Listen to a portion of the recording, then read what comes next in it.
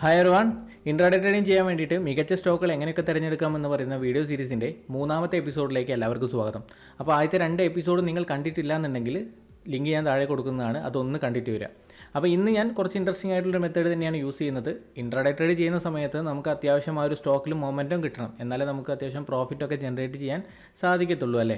അപ്പം കഴിഞ്ഞ 2 വീഡിയോസിലും എങ്ങനെയൊക്കെ വോളിയം ഉണ്ടാകും, പാർട്ടിസിപ്പൻസ് അധികമായിട്ട് എങ്ങനെ വരും എന്നുള്ള കാര്യങ്ങളൊക്കെ ഞാൻ ഡിസ്കസ് ചെയ്തിട്ടുണ്ട്.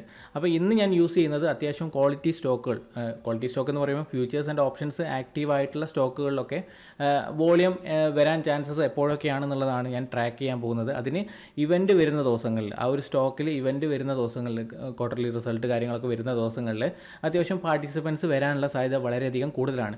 നിലവിൽ ആ സ്റ്റോക്കിൽ ഹോൾഡ് ചെയ്യുന്ന ആളുകൾ ആ റിസൾട്ട് എന്തെങ്കിലും രീതിയിൽ നെഗറ്റീവ് സംഭവിക്കുകയാണെന്നുണ്ടെങ്കിൽ പ്രോഫിറ്റ് ബുക്ക് ചെയ്യാൻ വരും. ഇനി പുതിയ ആളുകൾ ആ റിസൾട്ട് നല്ല രീതിയിൽ പെർഫോം ചെയ്ത് കഴിഞ്ഞ് കഴിഞ്ഞാൽ അതിനകത്ത് കൂടുതൽ ഇൻവെസ്റ്റ്മെൻറ്റ് ചെയ്യാൻ വേണ്ടി വരും. അപ്പോൾ അത്തരം ആളുകൾ വരുന്നത് കൊണ്ട് തന്നെ ആ ഒരു ദിവസങ്ങളിൽ തീർച്ചയായിട്ടും ആ സ്റ്റോക്കുകളിൽ കൂടുതൽ വോളിയം ഉണ്ടാകാനുള്ള ചാൻസസും കൂടുതലാണ്, കൂടുതൽ മൊമെൻറ്റം വരാനുള്ള ചാൻസസും കൂടുതലാണ്. സോ അത് ട്രാക്ക് ചെയ്യുക എന്നുള്ളതാണ് ഇന്നത്തെ വീഡിയോയിലൂടെ ഞാൻ ഉദ്ദേശിക്കുന്നത്. സോ അതിനായിട്ട് നമ്മൾ കഴിഞ്ഞ വീഡിയോയിൽ മനസ്സിലാക്കിയിട്ടുള്ള ഒബ്സ്ട്ര എന്ന് പറയുന്ന വെബ്സൈറ്റിൽ തന്നെയാണ് പോകാൻ പോകുന്നത്. സോ സ്ക്രീനിലേക്ക് പോകാം.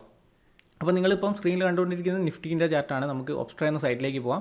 ഒബ്സ്ട്രയുടെ സൈറ്റ് നമ്മൾ കഴിഞ്ഞ പ്രാവശ്യം എങ്ങനെ ഓപ്പൺ ചെയ്യാമെന്നുള്ളത് പറഞ്ഞിട്ടുണ്ടായിരുന്നു. സോ ഇങ്ങനത്തെ ഒരു വിൻഡോ ഓപ്പൺ ആയി വരും. സോ നമ്മൾ പോകേണ്ടത് ഓപ്ഷൻസ് എന്ന് പറയുന്ന സെക്ഷനിലാണ്. ഓപ്ഷൻസ് എന്ന് പറയുന്ന സെക്ഷനിൽ പോയതിന് ശേഷം റിസൾട്ട്സ് കലണ്ടർ എന്ന് കാണാൻ സാധിക്കും. സോ നിങ്ങളിത് ക്ലിക്ക് ചെയ്തതിന് ശേഷം നിങ്ങൾക്ക് ഇവിടെ മുകളിൽ കാണാം result calendar of futures and options stocks. Okay, അപ്പോൾ നമുക്കിവിടെ ഓരോ ഡേറ്റുകളിൽ ഓരോ ഓറഞ്ച് ടിക്ക് വന്നതായിട്ട് കാണാൻ സാധിക്കുന്നുണ്ട്. അപ്പോൾ ഈ ഓറഞ്ച് ടിക്ക് വന്ന ദിവസങ്ങളിലൊക്കെ ഓരോ റിസൾട്ട് ഇത്തരം സ്റ്റോക്കുകളിൽ റിസൾട്ട് വന്നതായിട്ട് ഉണ്ട് എന്നുള്ളതാണ്. അപ്പോൾ ഞാനിവിടെ 13-ാം തീയതി ക്ലിക്ക് ചെയ്യുകയാണെന്നുണ്ടെങ്കിൽ തൊട്ട് താഴെ ഏതൊക്കെ കമ്പനിയുടെ റിസൾട്ടാണ് ഉണ്ടായിരുന്നത് എന്നുള്ളത് അപ്പോളോ ഹോസ്പിറ്റലുണ്ട്, Manappuram, IRCTC, Muthoot fin, MFSL. അപ്പോൾ ഇത്തരം സ്റ്റോക്കുകളിലൊക്കെ റിസൾട്ടുകൾ വന്നിട്ടുണ്ടായിരുന്നു. ഇപ്പം 14-ാം തീയതി നോക്കുകയാണെന്നുണ്ടെങ്കിൽ ഗ്ലെൻമാർക്ക്, ഹാൾ, HAL എന്ന് പറയുന്ന സ്റ്റോക്കിലൊക്കെ റിസൾട്ടുകൾ വന്നിട്ടുണ്ട്. അപ്പം ആ ഒരു ദിവസങ്ങളിൽ എങ്ങനെയൊക്കെ ഈ സ്റ്റോക്ക് പെർഫോം ചെയ്തു എന്നുള്ളത് നമുക്ക് ചാർട്ട് വൈസ് ഒന്ന് ചെക്ക് ചെയ്ത് നോക്കാം. അപ്പോൾ ഗ്ലെൻമാർക്ക് എടുക്കുമ്പം നമുക്ക് കിട്ടേണ്ടത് ആ ഒരു ദിവസവും മേ ബി കമ്പനി പെർഫോം ചെയ്യണം, വരും 2-3 ദിവസങ്ങളിലൊക്കെ പെർഫോം ചെയ്യുന്നുണ്ടോ എന്നുള്ളതാണ് നോക്കേണ്ടത്. അപ്പോൾ ആ ഒരു ദിവസങ്ങളിലൊക്കെ നമുക്ക് ആ സ്റ്റോക്ക് വാച്ച് ലിസ്റ്റിൽ ആഡ് ചെയ്ത് വെക്കാൻ പറ്റും. നമ്മൾക്ക് ടെക്നിക്കൽ അനാലിസിസ് ചെയ്യാൻ കഴിയുന്ന ഒരാളാണെന്നുണ്ടെങ്കിൽ നല്ല രീതിയിലുള്ള പ്രോപ്പർ എൻട്രി കാര്യങ്ങളൊക്കെ നമുക്ക് പ്ലാൻ ചെയ്യാൻ പറ്റും. സോ നമുക്ക് ഗ്ലെൻമാർക്ക് ഒന്ന് ചെക്ക് ചെയ്ത് നോക്കാം. സോ ഇതിനായി ചാർട്ടിലേക്ക് പോവാം. ഗ്ലെൻമാർക്ക് ഞാൻ സെലക്ട് ചെയ്തിട്ടുണ്ട്. അപ്പോൾ നമുക്ക് റിസൾട്ട് വന്നിട്ടുണ്ടായിരുന്നത് 14-ാം തീയതി ആയിരുന്നു. അപ്പോൾ 14-ാം തീയതി എന്ന് പറയുമ്പം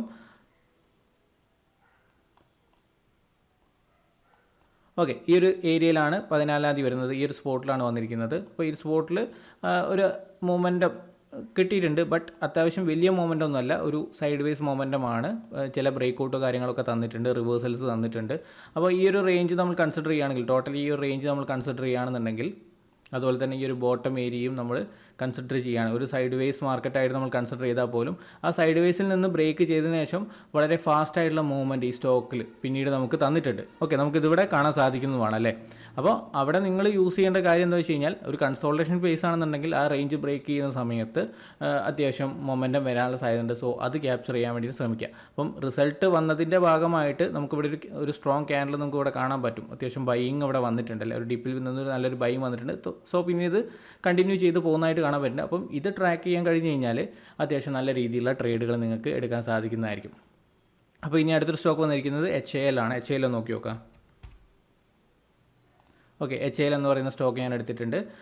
HALലും 14-ാം തീയതി തന്നെയാണ് റിസൾട്ട് വന്നിട്ടുള്ളത്. 14-ാം തീയതി എന്ന് പറയുമ്പം ഈ ഒരു റേഞ്ചാണ് വന്നിട്ടുള്ളത്. അപ്പോൾ HAL നമുക്ക് ഗ്ലെൻമാർക്കിൽ കണ്ട പോലെ തന്നെ വളരെ ഫാസ്റ്റായിട്ടുള്ള മൂവ്മെൻ്റ് ഒന്നുമില്ല, ബട്ട് ചെറിയ രീതിയിലുള്ള മൂവ്മെൻറ്റും കാര്യങ്ങളൊക്കെ റിവേഴ്സലും കാര്യങ്ങളൊക്കെ നമുക്കിവിടെ കാണാൻ സാധിക്കുന്നുണ്ട്.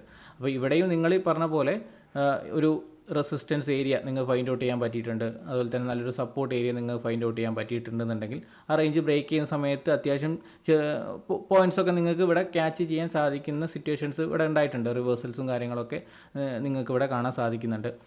തൊട്ട് മുന്നത്തെ ദിവസം പോവാം. ഓക്കെ, 13-ാം നോക്കുമ്പോൾ നമുക്ക് IRCTC, മുത്തൂറ്റ് ഫിൻ, MFSL എന്ന് പറയുന്ന സ്റ്റോക്കിലൊക്കെ നല്ല രീതിയിലുള്ള മൂവ്മെൻറ്റ് കാണാൻ പറ്റുന്നുണ്ട്. ജസ്റ്റ് ഒന്ന് മണപ്പുറം എടുത്തു നോക്കാം.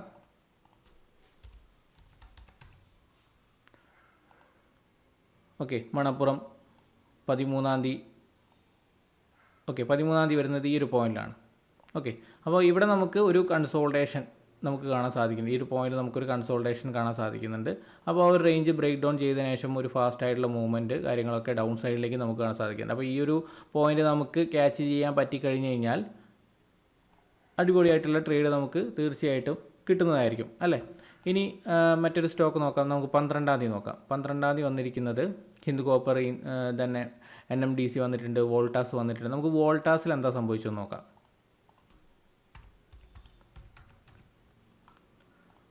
ഓക്കെ, വോൾട്ടാസ് ഞാൻ 12-ാം തീയതിയാണ് നമുക്ക് വേണ്ടത്. 12-ാം തീയതി വരുന്ന സമയത്ത് ഈ ഒരു പോയിന്റിലാണ് വരുന്നത്. ഓക്കെ, ഇവിടെ നിന്ന് അത്യാവശ്യം നല്ല രീതിയിലുള്ള അപ് ട്രെൻഡ് മാർക്കറ്റ് നമുക്ക് കാണാൻ സാധിക്കുന്നുണ്ട്. അപ്പം അതിന് മുന്നേ ഉണ്ടായിട്ടുള്ള ഒരു മേജർ റെസിസ്റ്റൻസ് ഇതായിരുന്നു. അപ്പോൾ 12-ാം തീയതി ശേഷം ഈ റെസിസ്റ്റൻസ് ബ്രേക്ക് ചെയ്തു. അതിനുശേഷം നല്ല രീതിയിലുള്ള ഒരു മൂവ്മെൻറ്റ് അപ്പ് സൈഡിലേക്ക് കാര്യങ്ങളൊക്കെ നമുക്ക് കാണാൻ സാധിക്കുന്നുണ്ട്. പിന്നീട് ഉണ്ടായിട്ടുള്ള ഈ റെസിസ്റ്റൻസ് ആണ്.